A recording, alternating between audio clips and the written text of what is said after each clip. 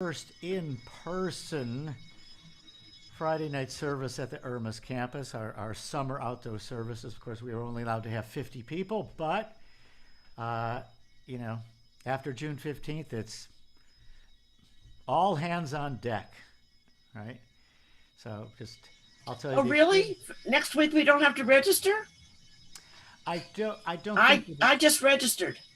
you may need to, but here's the thing. Next Friday night is going to be at University Synagogue, Right? and I think they're planning on doing it indoors. Oh, really? Yeah, and they don't have enough space outdoors. The Uh, email just came for today's thing that said you still have to register. Right. I okay, just well then, registered. Yeah. yeah, do just that Yeah. because I think they're even though they're indoors and they can seat 400. Obviously, I think they're going to still limit the capacity, right? Uh, but come back. I think the next time I'm going to be doing a Friday night service in person live will be at Irmis in mid-July, and for sure by then, uh, you know, they'll probably still register anyway because we can only fit like 175 people, and we'll need that room. So they probably still want to make sure they're not over the capacity, even though it's outdoors, right? But I will tell you, it was one of the most joyous experiences I've had, at least Sure. uh, certainly as Cantor. It was heaven on earth to be back with people and singing live in front of live people. I'm Uh, sorry we couldn't be there. It was well, my 80th birthday party. oh, Mazel Tov. Had I known, Thank I you. would have, The whole, made a little Congratulations. celebration thank for you, you. right? It was a biggie. It was a whole weekend, That's and kids fantastic. came in from New York, Oh, and wonderful. my granddaughter surprised me. Came back from her year in Israel, Oh, how nice. her Excellent. gap year. It was wonderful. One of these days, I'm going to get there in person. Okay. That's As right. soon as probably we're so busy with dance for the girls, and then we're going to bring them to camp. But I don't know that we'll be able to stay. Who knows? So But, I just sooner or later you will, right? for So sure. anyway, it's it was just a wonderful, wonderful kind of way to mark the opportunity of being, back with people, right? And and it made me think about ending for today, uh, new music, right? And I'll explain as we go, because there's always been new music for the synagogue, um, and fundamentally, it's always been the same kind of issues over time. What musical language becomes quote unquote traditional, and then another generation or two later, it's being challenged by what the people of that time would say. Oh, there's new music, and some love it and some can't stand it. That's been the case for about 250 years in synagogue music. Uh, you had it, in Western Ron. Europe in the late 19th century Hello. with Hi. mute your husband. Hi. That'll be the day. You can mute yourself, at least for right now. So, when Jews had settled in the major cities in Europe, in Berlin and in Vienna, in London, and through time they were allowed to attend university and become musically literate and educated. They started composing uh, artistic music, uh, and they would imitate and proudly the fine classical music of the day and of the church, which meant uh, choral music, written for professional singers, four-part choral music, organ, right? it was thorough composed music, not just, a folk tune and the chazan, improvising. No, it was seriously composed music. And for the more traditional of the Jewish community, that music sounded like church to them, and they reviled against it. They considered it really kind of a crime. That we should be in synagogue now singing music that sounds like, the church. But of course, the new, quote unquote, new serious music won out. But those types of experiences would happen over and over and over again, right until our own time. And almost always, the new music could be seen under the same umbrella, the same genre. It was contemporary, popular music, right? The kind of popular music that the masses were listening to. And with the advent of recordings, of radio, you could hear all kinds of music, right? And it was always being challenged, right? Yeah, I know the tradition, we love it, but how about some new stuff, the kind of stuff we like to listen to? And that's always been the case, certainly for the 20th century and beyond, now here in a quarter of the way into the 21st century. And for me personally, having been fortunate to have grown up in Cleveland, Ohio, in a large conservative synagogue where they were already pretty open to new sounds. That synagogue had a choir and an organ, and the cantor of my developmental years was really a visionary. He was an old school chazan, but also loved new composition and new music. And we started hearing, music that was not the old traditional stuff, new things. And that really shaped me in terms of my own vision for what would become my cantorate. And he was the first cantor. This is Saul Meisels, may he rest in peace. I remember singing with him in 1968, 69, then 1970. He was bringing, quote unquote, new music to this otherwise, large conservative synagogue. And what was the first music that he brought?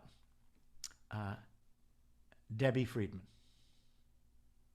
Not kidding. This was in the late 60s and early 70s.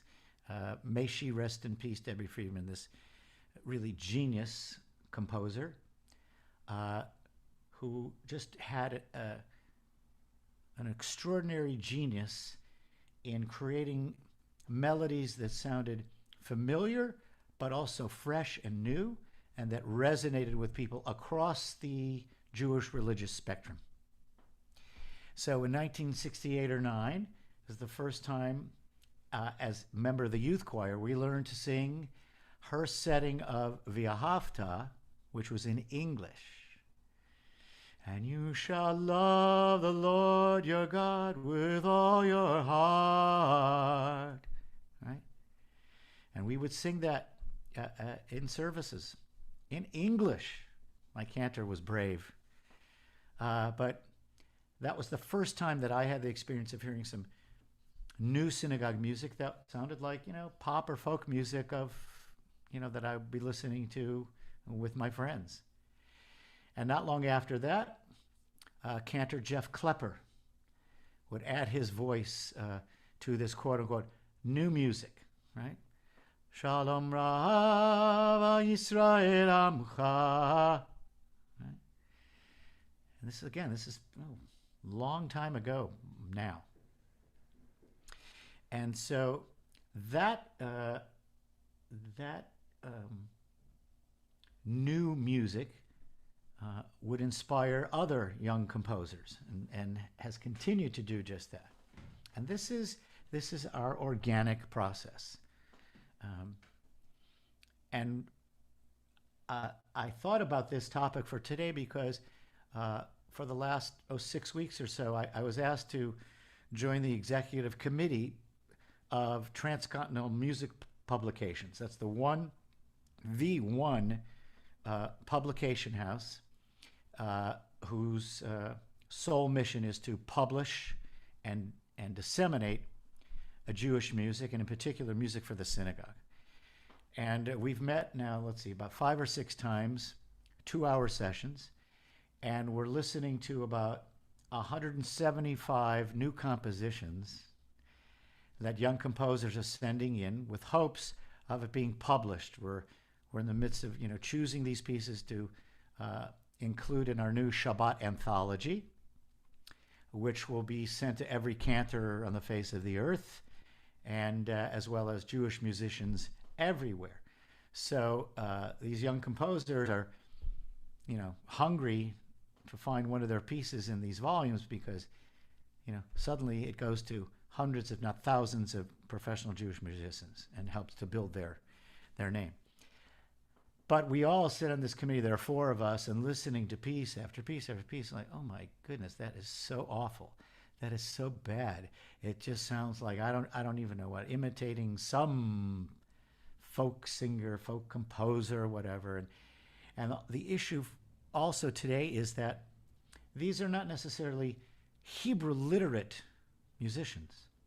So more than not, we listen to a piece and it's like, that's a melody in search of a text, because the melody has nothing to do with what the prayer is about. The Hebrew, the syntax, the grammar is all wrong. And in that sense, our new music today for the synagogue is much more challenging for us to decide what gets put in a volume and what doesn't. Right? So on and on it goes.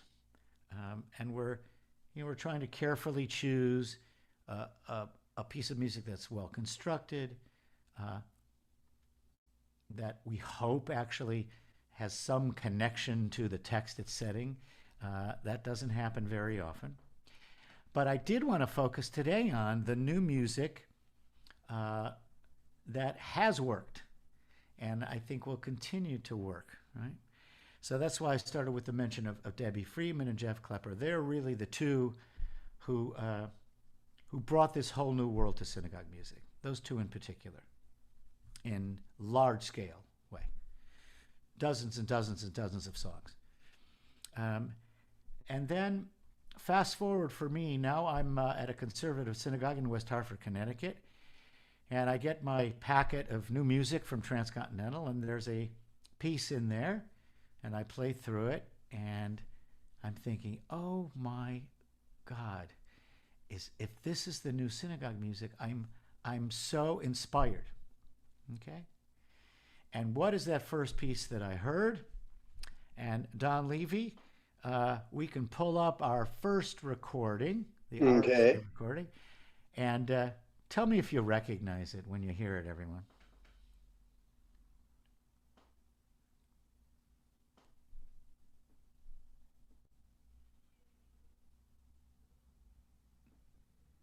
Don, I can tell. Oh, there we go. Thank you. All right, let's hear it.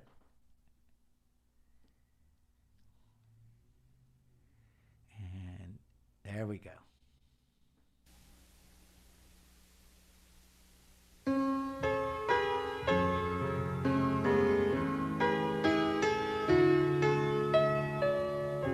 Le dor vador, le dor vador, le dor vador, nagid gol lecha, ulenetzach netzachim, ulenetzach netzachim, kedushatcha nakish, le dor vador.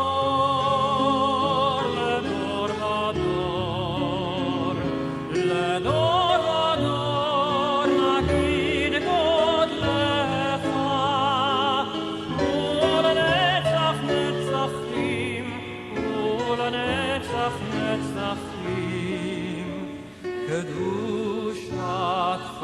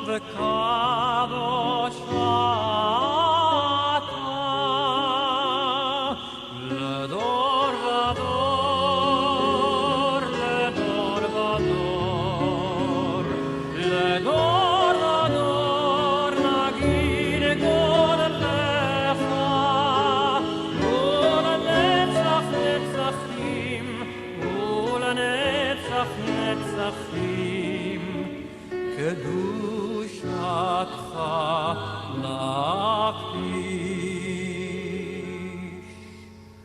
ברוך אתה אדוני.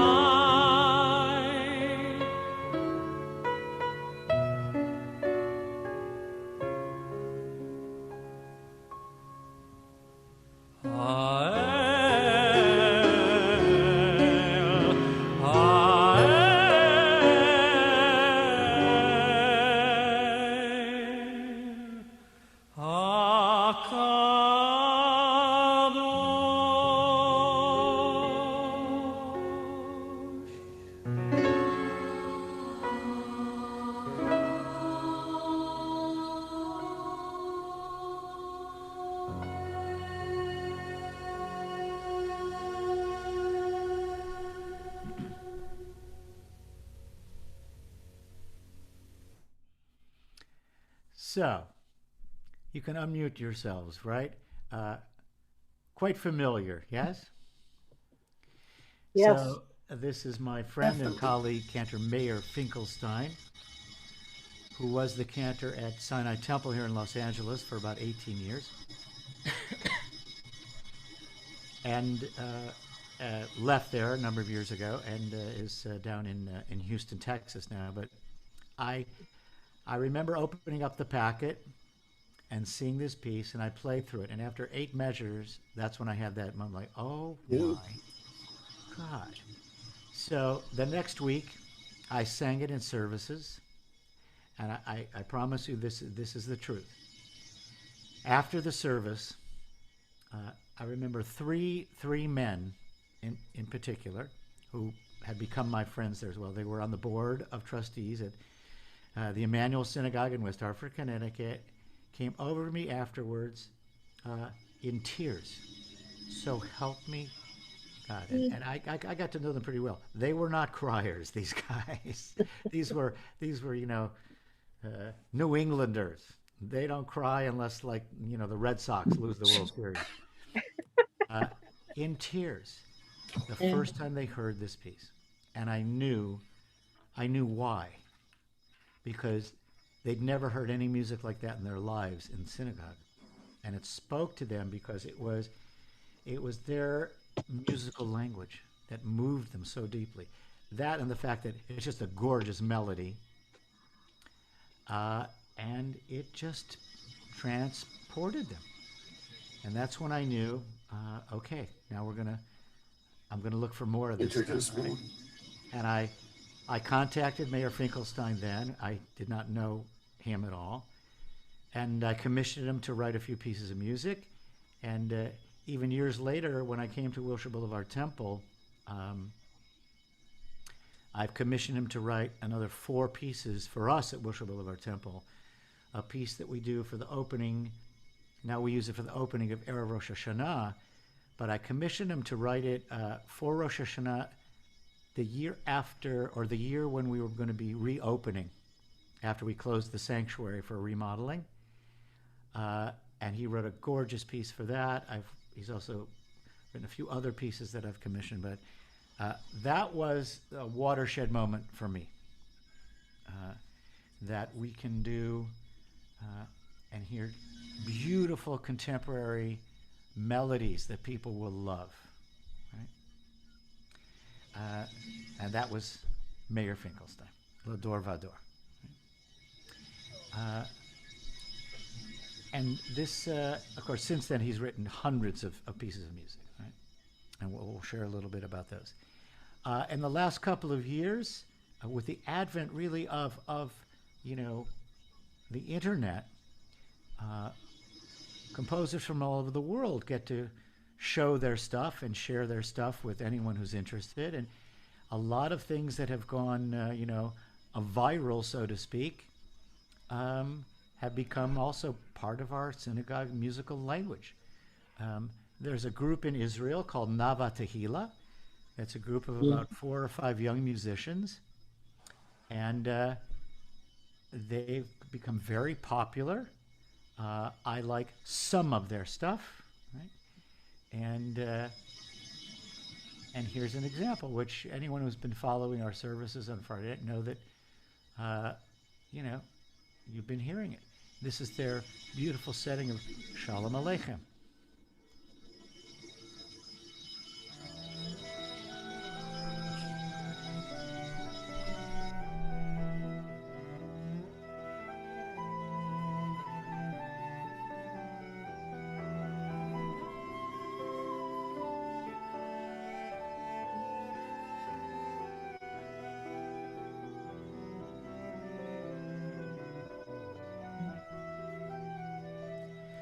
Shalom Aleichem, Malachei Hasharet, Malachei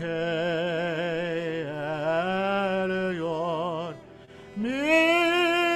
Melech, Malchei HaMelachim, HaKadosh Baruch Hu, Tzidechem Shalom, Malachei Shalom, Malachei Elyon, Melech Malchei HaMelachim, HaKadosh Baruch Hu.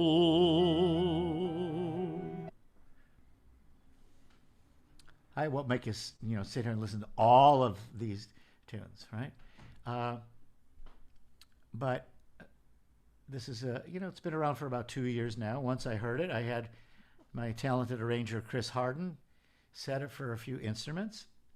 And we've been doing it for the last couple of years, before the pandemic. And, with our musical tracks as well. And they have a couple other pieces that have become very popular. And it's interesting just to take a moment to realize the power of digital technology. If this were not our world now, if it were 30 years ago, it may have taken 10 or 15 years for this piece of music to make its way through any number of synagogues, right? Now it's instantaneous, and my colleagues and I, when we hear something, we forward it to our friends, say, hey, listen to this. And the next Friday, they're singing it at services, right? Long before it ever gets published, right? Which is to our great benefit and great joy, in the synagogue world, right? Here's a setting of, let me just find it. Actually, I'm going to play this one first. Here's a setting of Yedid Nefesh. It's a beautiful poem that's often sung now in the early part of Friday evening services. And it's composed by one of our other really preeminent contemporary composers, really over the last, I would say, 25 years at least. And that's Craig Taubman. And Craig is a native Los Angelino and has written lots and lots of just beautiful, beautiful melodies. And for the last 15 years, he's been doing services like once a month over at Sinai Temple as well. And this is his setting of Yedid Nefesh. And let's take a listen.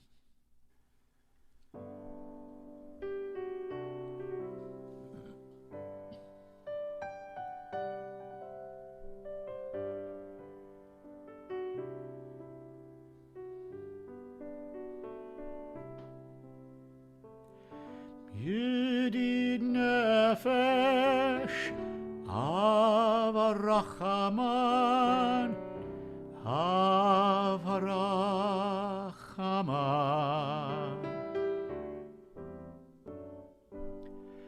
Mishoch Avdecha, El Ritzonecha, El Ritzonecha.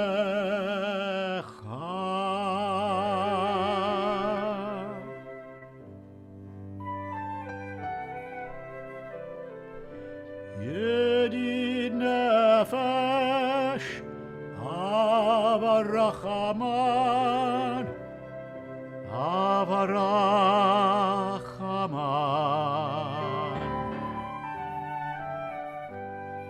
Mishoch Avdecha, El Ritzonecha, El Ritzonecha.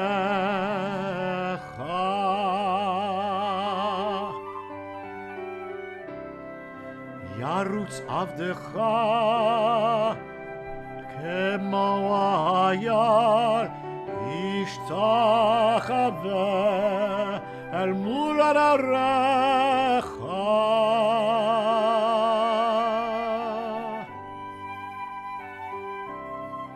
Like all pop music, you have to have a little instrumental interlude here, right?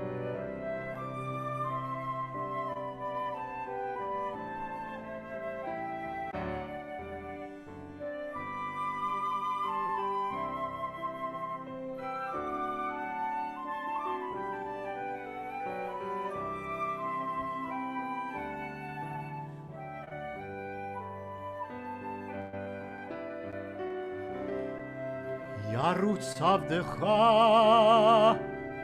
Kemo Ayar, Ishtachave, mul Ararecha.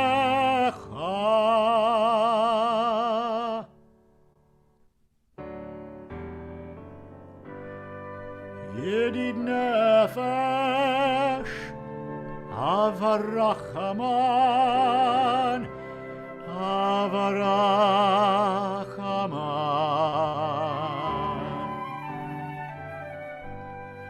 Mishoch Avdecha, El Ritzonecha, El Ritzonecha.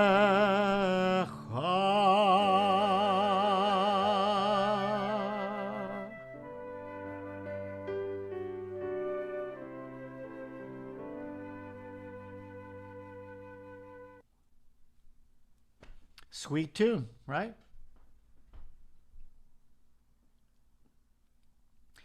And in my opinion, what I've been choosing of the new stuff is,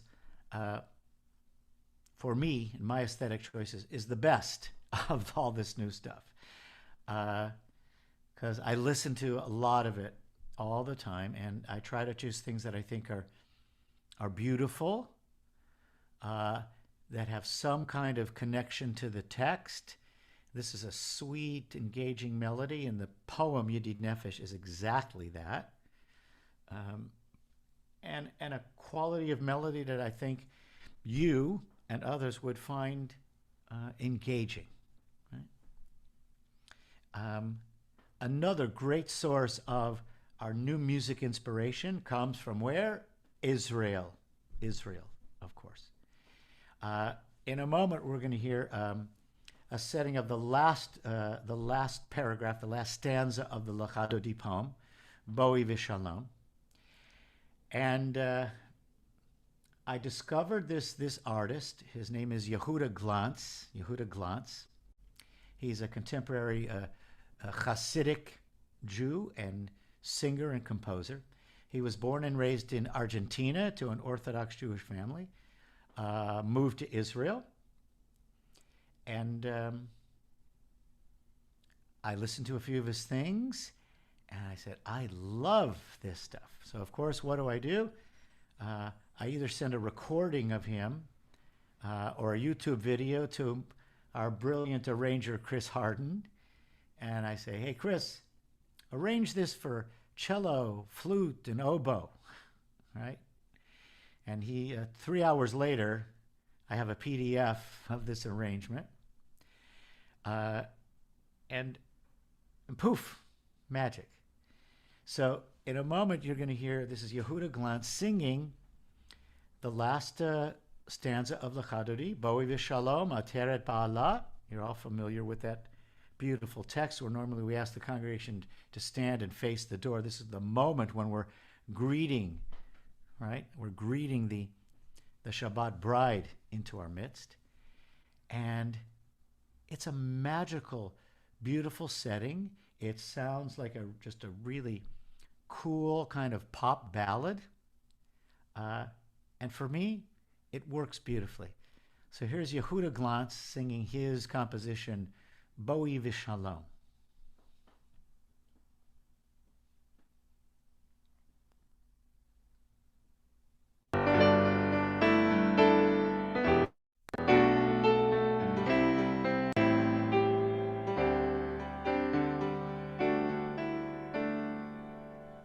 בואי בשלום, עטרת בעלה,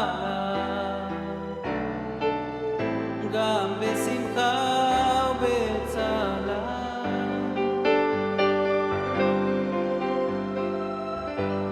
בואי בשלום, עטרת בעלה, גם בשמחה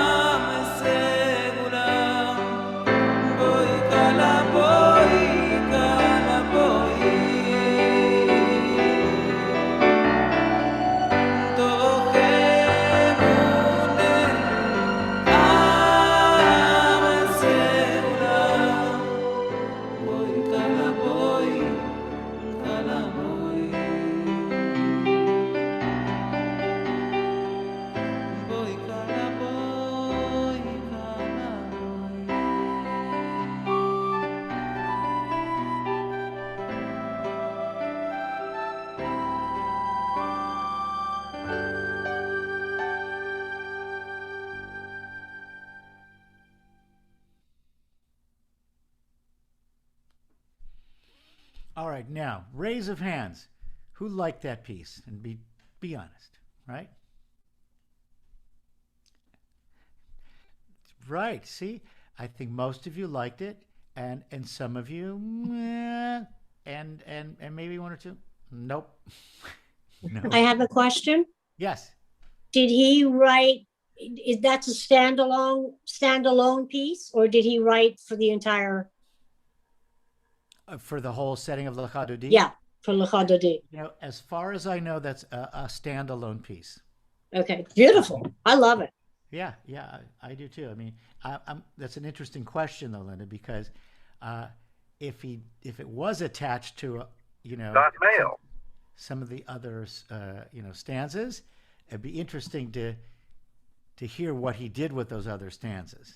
That's why I asked. I was curious. Right? But yeah, on his recording, it's a standalone, right? Because remember, he's not a chazan. Right. He's a performer.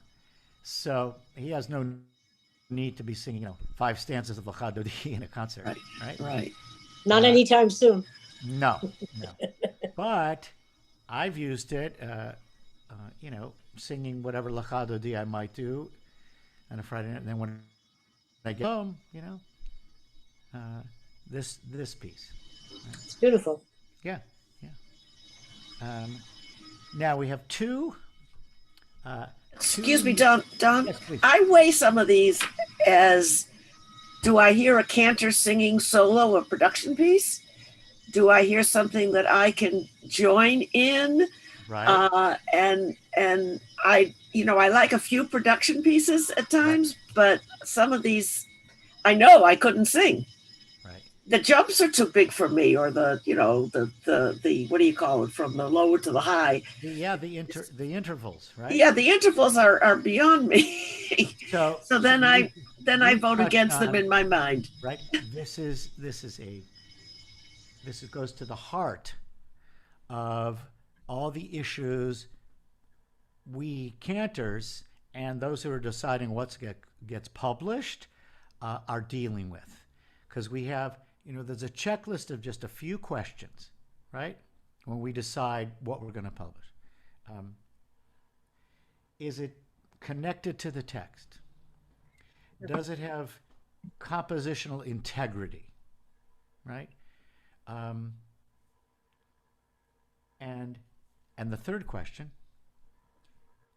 will people like it? And that has 2 parts. Will they just really love the melody itself? Do they find it beautiful? Okay, yes or no? The second part of it is, if the composer's intention here, do you want to write a congregational melody that people are going to sing with, right? And then you ask the question, well, can the congregation sing with this? And this is exactly the point here. This is a melody, clearly. It's a melody, right? But it's more of a performance melody than it is sing along with me, congregation. So you got right to the heart of that, because a number of these new pieces, like Mayor Finkelstein, when he writes a tune that he wants the congregation to sing with, it's very different than L'Ador Vador, right? My youth choir kids, when they learn a piece like sometimes when the youth choir sings on Friday night, Mi chamocha ba'elim Adonai, Mi kamocha ne'edar b'kodesh nora. That's singable by everyone. You got it. Right?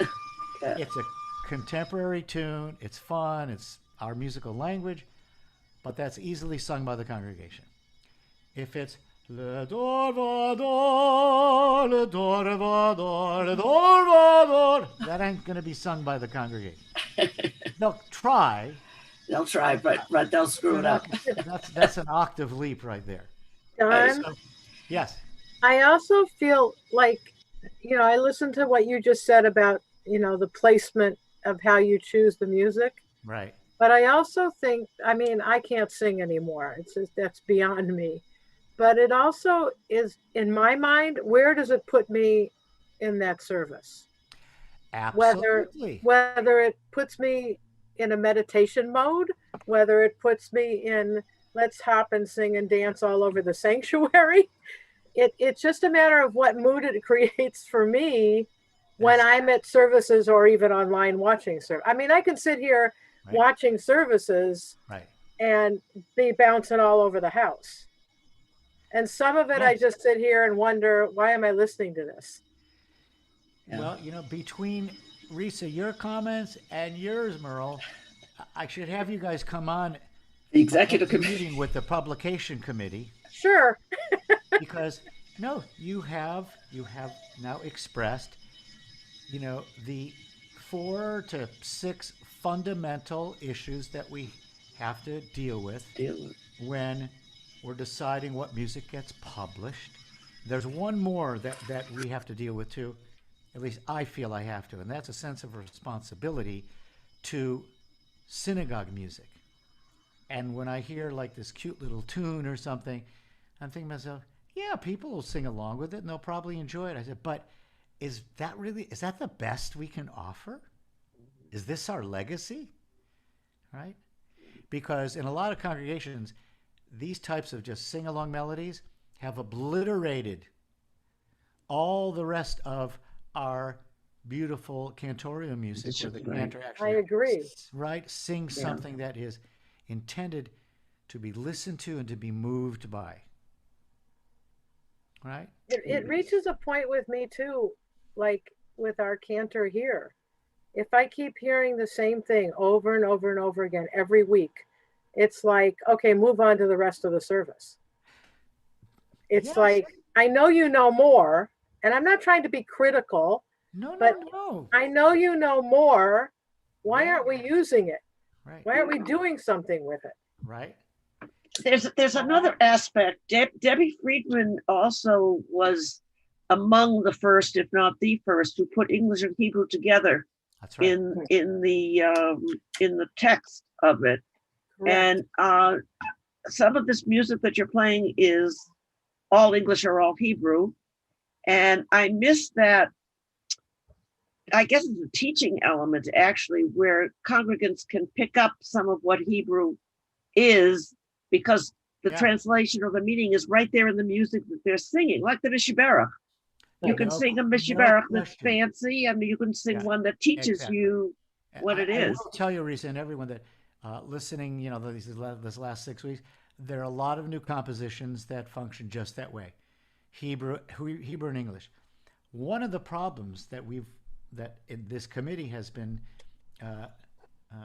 dealing with is in those compositions, the English is not literally what the Hebrew says. Uh, They'll make up some English that approximates even not and doesn't approximate it very well, and because they want the English to fit their melody. Again, it's a melody in search of a text. Sometimes when it works, it's fantastic. And you mentioned one of the best versions, and that's Debbie's Mishabera. Not all of these young composers have a gift for that, right?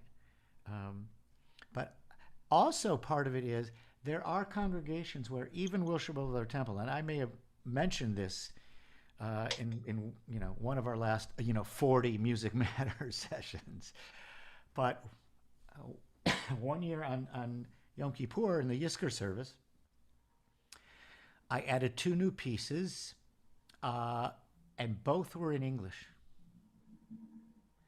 And I got some feedback. And the feedback was, don't like that. Really? Don't like that. Yes. Surprising. And you know what? I totally understood it. I understood the pushback. For some people at certain times in certain services, in particular, Yizkor on Yom Kippur, this is going to sound kind of, too cute, but I think it gets to the issue. In those kinds of transformative, transcendental moments for our people, right? I don't want to hear English. It's almost as if Hebrew is this holy, mysterious language. And in this moment on Yom Kippur, like, imagine somebody singing Kol Nidre in English. Right? I think it had that component to it that I've lost the magic here. Get me back to Hebrew. Like singing El Malay Rachamim in English. And I never sang those 2 pieces again, by the way, in Yizkor services since then. So there's this wonderful kind of, divide. But getting back to Shabbat, what you were saying, Risa, yeah, on Shabbat, with pieces that you hear, frequently, there's also the issue for cantors, you guys like to hear new things, right? Yeah. But some people, when they show up, it's like, you didn't sing my 3 favorite melodies. Well, what can I tell you? Because a lot of the other people who come all the time, they get sick and tired of hearing the same all the time. So there's this very delicate balance that cantors really have to pay very careful attention to. How much is too much? How much is not enough? Right? You're always tinkering with it. But you did mention also, Risa, and Merle in a different way, that we have the opportunity to both teach and lead prayer and song. And that component, I think, is something that I love to do. Sometimes people feel that it breaks up the flow, but I would rather take the chance and err on the side of people getting an insight into the text than not, right? So what we've just discovered together here is it's very complex. The whole endeavor is very complex, right? And when it really works, it lifts you up. And when it doesn't work, it's annoying, frustrating, right? Especially for you. But Yes. that style of teaching during teaching during whatever you're doing in a service, Mm-hmm. somehow to me lately, it didn't used to be that way, Mhm. but over the last few years, it's made me think more about the service and what the service is about. That Good. it's not just a Shabbat service. It's more than that. And I'm getting something from it besides what I've known for my whole life. Right? Yeah, there's a kind of there's a learning that really is inspirational, Yes. right? So here's 2 new settings of Lador Vador, of course, right? Because if you sing Lador Vador every single Shabbat morning all year long, it's good to have a couple different melodies, right? So here are 2 new settings. And we'll listen to both of them, and you'll tell me what you think. They're both tuneful. They sound like experienced pop composers, or film composers, or song composers for films. And one of them has the added attraction of being a duet with, like, a kid. You can never go wrong doing that, right? So here's the first one. His name is Adam Guan. Adam Guan. Don't know him, but he wrote a really kind of pretty attractive piece. So here's Adam Guan's setting of Lador Vador.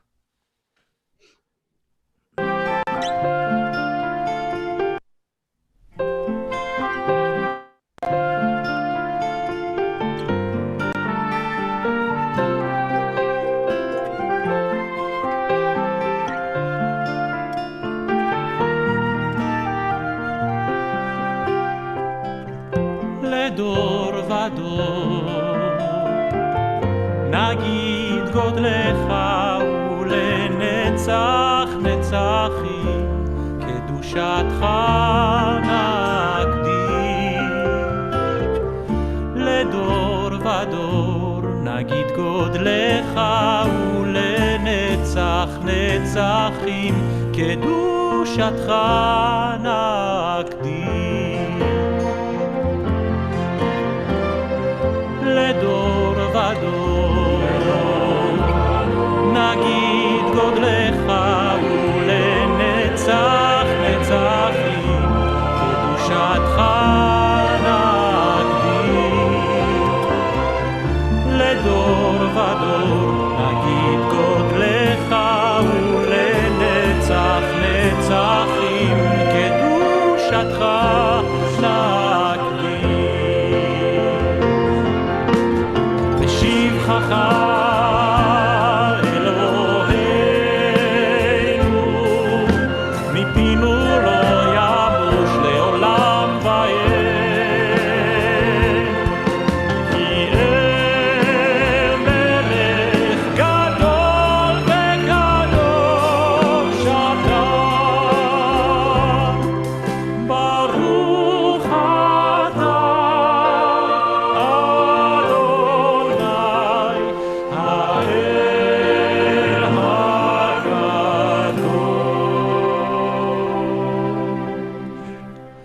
לדור ודור. נגיד גודלך ולנצח נצחים, קדושתך נקדים. לדור ודור נגיד גודלך ולנצח נצחים, קדושתך נקדים.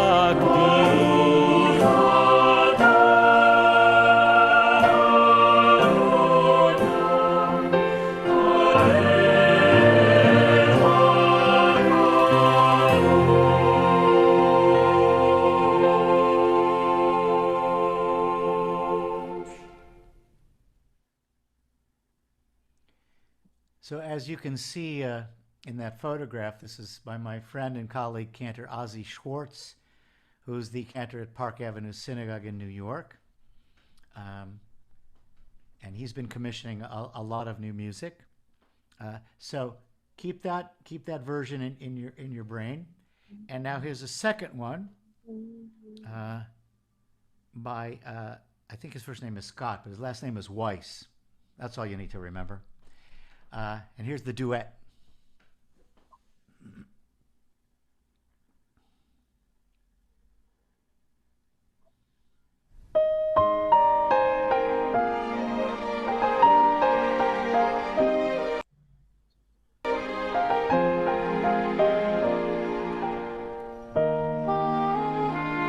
לדור ודור נגיד גודלך ולנצח נצחים, קדושתך נקדים. ושבחך אלוהינו מפינו לא ימוש לעולם ועד, כי אל מלך גדול וקדוש אתה. לדור ודור נגיד גודלך ולנצח נצחים, קדושתך נקדיש. ושבחך אלוהינו מפינו לא ימוש לעולם ועד, כי אל מלך גדול וקדוש אתה. ברוך אתה אדוני האל הקדוש.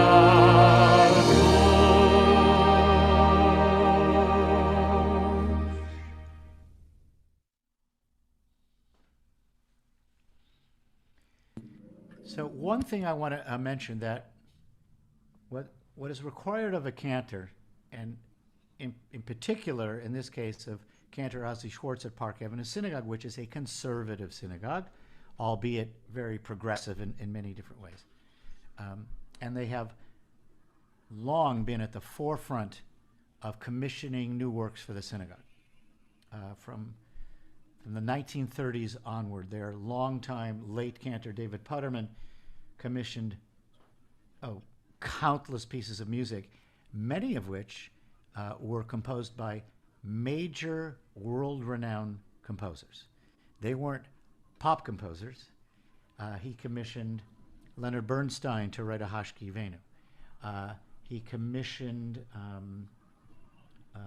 Lucas Foss. He commissioned Kurt Weill to write a Kiddush, which is this gorgeous, it sounds like, Gershwin meets somebody, a Friday night Kiddush. So countless of those great world-renowned classical composers he commissioned.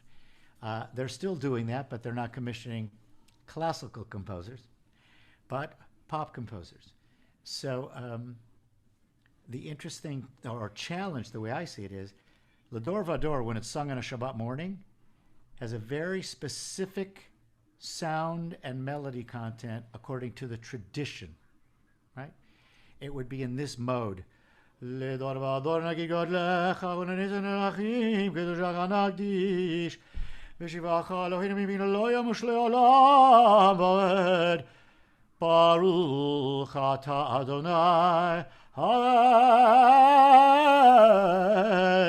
Kadosh. That's Lador Vador being sung or davened by a traditional chazan. Right? So, here are two new Lador Vadors that are pop songs. And when they get to the end of the phrase, the blessing, you know, you're in a Disney movie. Right? And there it is. So Ozzy is a traditional guy, grew up, in Israel, but he has decided for himself and his community and contemporary Jewry, these things need to resonate with people today. They have to have musical, relevance to them. So with all that in mind, what did you think about those two pieces?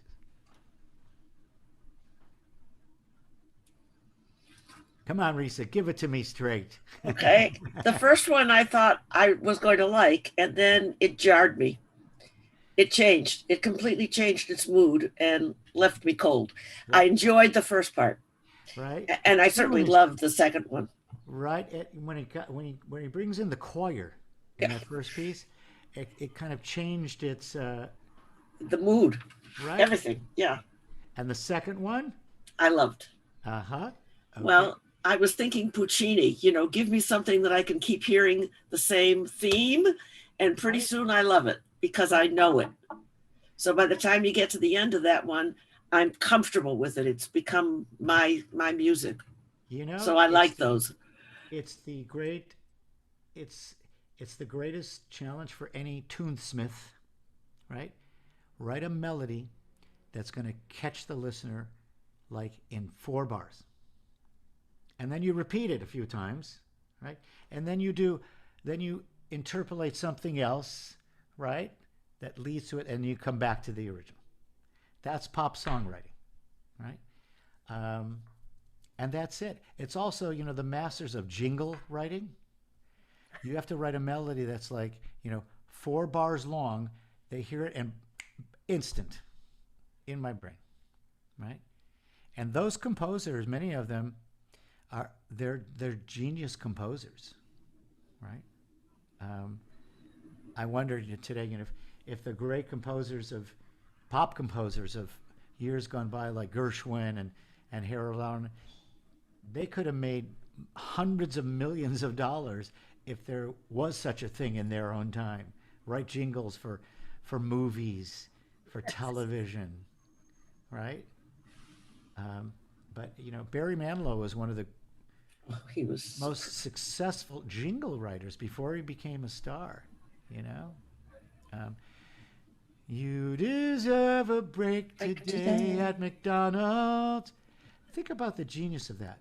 Okay, that's like 2 measures of music, and you hear it well. Yeah. So pop music writing is really no different. You just have to be. It's more expanded. And the part 2 needs to have interest of its own, right? And that's where you felt left out of that first piece, right? And you love the second piece. All right, let me hear from somebody else. Don, let me put a word in for camping. With all the spiritual sounds within the synagogue and synagogue music, there is no more moving place for me to sit than in the Wolf Amphitheater at Old Hess Kramer. And it's Debbie Friedman's music, and it's the stuff by Joel Klepper. I mean, it's all there. And it really hits us. It really gets to my heart. My wife's too. And we have children and grandchildren, all of which grew up there. Right. Yeah. But when we hear music that we like in another environment, we'll turn to each other and say, boy, that sounds like camp music. Right. And I think the reason is that our children and our grandchildren got so much Judaism out of the camping program that we make that a positive in our musical lives. You do, and you have now brought to the discussion, Bill. It's not that it's non-musical, because it's the inspiration is completely through music, but there's another ingredient, and that you spoke to beautifully, and that is place and memory. Right. So the music in that place, they're inseparable. They're one and the Right. same thing. And by the way, all the music that we've been talking about today is music that began in the 60s. So it's no surprise why it happened then. Our whole nation was in social upheaval. And, Jews who loved Synagogue and its music, they wanted to infuse a new kind of music, their music. And yet you did make the point, for you, that you call that camp music. Right. Why? Because that's the only place you were going to hear it. You weren't going to hear it in the sanctuary, at least for a number of years, right? That's Because we correct. know that's all changed, right? So it was attached to a whole generation and looking for something new, and they created it. And for a lot of people who were new to that whole experience, wow, this is my music. It goes deep, and it's not only necessarily because the melody is so this or so that, but it's attached to all of those feelings and memories. And also, they were great tunesmiths, and almost all of their music was for community singing, Right. communal song. And It so also had a today, purpose. oh, without It was music. It was, and to see my grandchildren now, I mean, Sharon and I grew up at camp, but to see her children, my grandchildren now come home with that music, Mhm. I think that gives them a different feeling versus kids who haven't had it. Gives them a totally different feeling when they're at Sunday school, Hebrew school services, whatever. They feel that it gives them a connection to their Judaism. Without a doubt, and I would argue this, that it's not necessarily the music, but it is about a kind of an experience. Because for me, when I was 8 years old, I was in the Cantor's Club in a large traditional synagogue. So the tunes that I learned, and they were tunes, it wasn't like, elaborate davening like the Cantor did. But when it came to sing-along melodies, they weren't camp melodies, but they were congregational sing-along melodies. So it's that foundation, that experience of here is the community all singing together, right? And you hear it in church.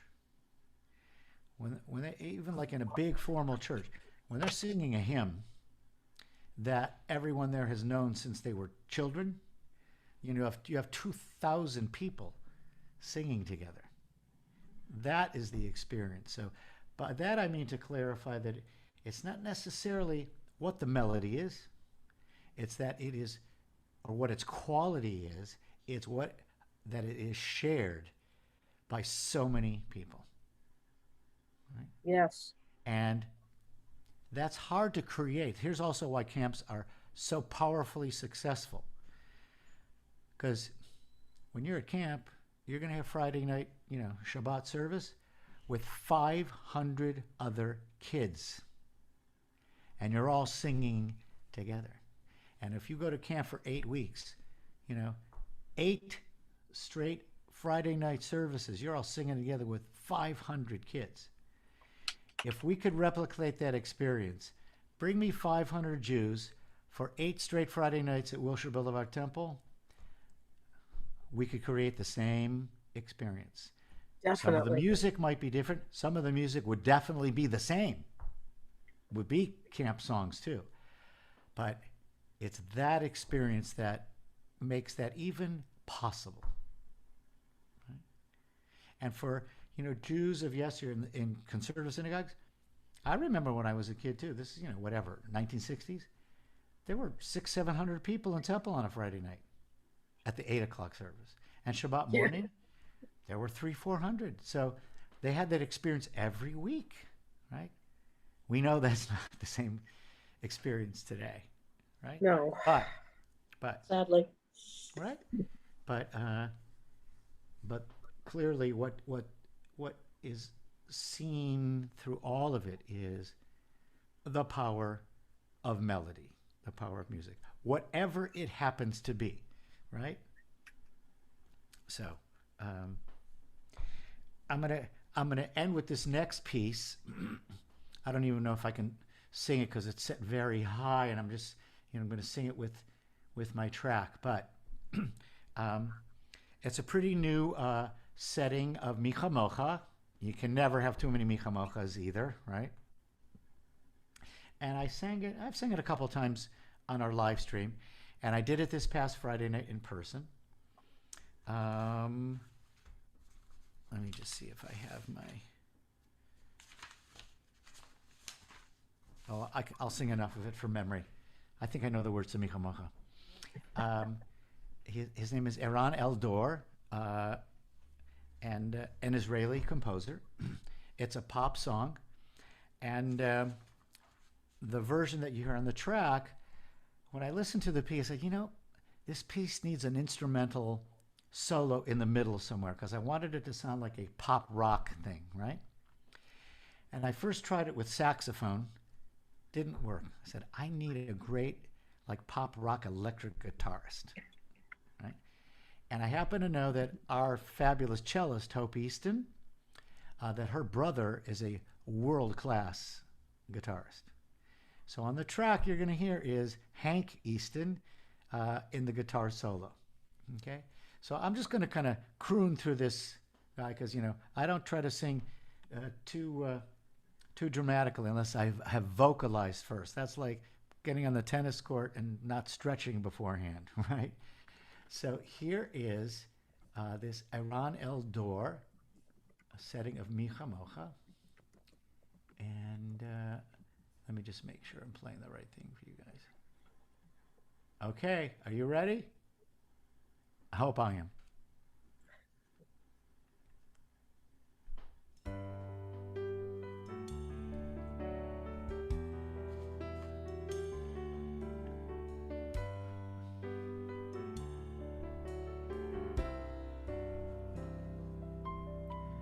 Micha Mocha ba'elim Adonai, Micha Mocha nedar, Micha Mocha ba'elim Adonai, Micha Mocha nedar, Nora Tehilot Osei Fele Osei Fele Nora Tehilot Osei Fele Osei Fele Malchutecha ra'uvanecha Okay, I am lifnei Moshe u'Miriam Ze Eli, Ze Eli, Ze Eli anu ve'amaru. Guitar solo. Oh, wait, I played the wrong track. Oh, wait. Okay, wait, I have the other track here. You have to hear it because it's what makes it so enjoyable. Might have to sit through that again. Ah, now you hear the whole setting with cello and everything else. Good, now I'm a little more warmed up.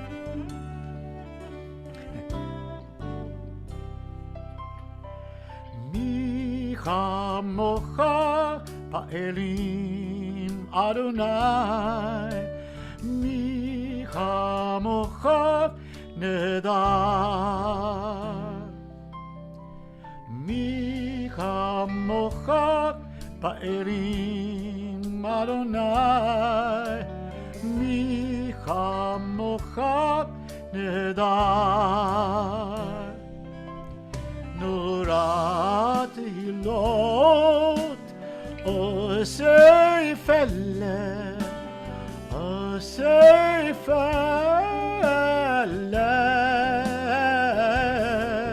נורת הילות עושה פלא, עושה פלא.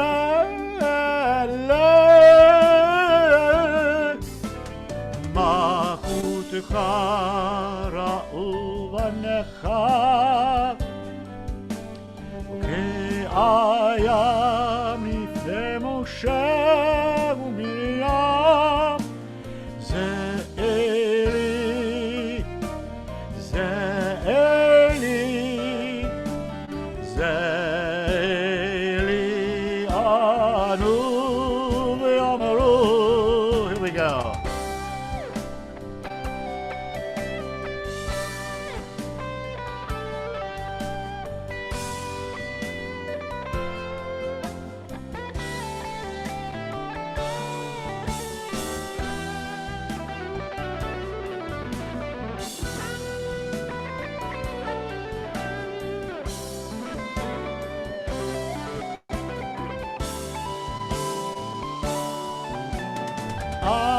אדוני ימלוך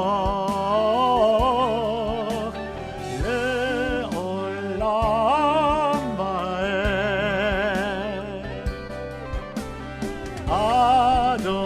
אדוני ימלוך לעולם ועד.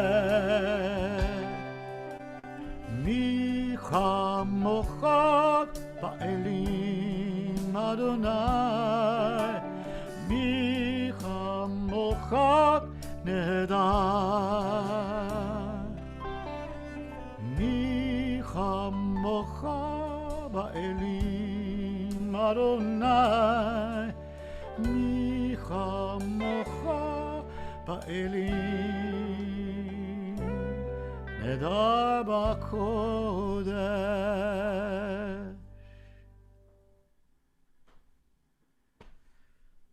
Thank There's you. an Ami Chamocha. Right? That On was this great. committee that I'm serving on, they had never heard this piece, so I said, hey, they were finding we need some more up-tempo things. So I sent this to them with the sheet music and the track, and they went crazy. Goes, oh my God, this is fantastic. They'll love it, and blah, blah, blah, blah, blah. And I sent that Yehuda Glantz, Bowie Vishalom, right? They also went out of their minds. Oh, this is going to be an instant hit. And I'm thinking to myself, oy vey. But, you know, the bottom line is Transcontinental Music is a business. Right. And they need to publish music that our colleagues and song leaders all over the world are going to want to sing because the congregants like it. So that's the purpose, that's the dilemma, that's the challenge. But we know one thing, that new music for the synagogue is an eternal thing, and we must continue to do that, to explore it, and to publish it and to sing it. You know, and we use our own personal aesthetic judgment as to which particular ones, you know, we're gonna saddle up and ride for a while, right? So that's new music for the synagogue, right? And coming to a synagogue near you, right? Any number of these pieces, you know, a bunch of them you've already been listening to for a couple of years now, and we're going to continue to bring new things. I couldn't get access to this one particular setting because new music is not only limited to this pop folk style, right? And maybe I'll think about this for another music matter in the future, because there is a setting of Kol Nidre, and the melody is all the traditional Kol Nidre, but some of the choral writing in it and the accompaniment in the organ is like very haunting, almost avant-garde classical music. So that's also an approach to bringing something very new to our traditional sounding music, right? So anyway. Before we go, Yes. if we can agree on when the next Music Matters will be, because I looked at the calendar in response to Merle's question, and the next first Monday is July 5th, which I And believe is a holiday. I'm going to be also on vacation in the month of July. I don't even remember what that word means, quite honestly. I'm sure none of you do either. But I'm actually going to be away. So Don, I say let's do the first Monday in August. Okay, great. Right? Right? Perfect. You can guess what that's going to be about. So Must be high holidays. yeah, I think so. So the month of Elul begins, I think, on the evening of August 7th. So we'll start doing our weekly musical prep for the high holidays, right? All This right, year, so by the way, August 2, August August the 2. 2nd, right? Thank you. Right. And I would tell you that we're going to be hosting Slichot service this year, okay, which is Saturday night, August 28th, I believe, in our sanctuary with people, in-person attendance, which was what we're going to be doing for high holidays as well. And already I know we're going to have Temple Emmanuel, Kehilat Israel, joining us for that Slichot service, their clergy and cantors, and of course, University as well. Maybe Stephen S. Wise as well. We'll see. I'll know in a couple of days. But that's going to be a big, beautiful evening for all of us to share together a community-wide, right, Slichot service in our beautiful sanctuary. We were supposed to do it last year, but of course we know what happened.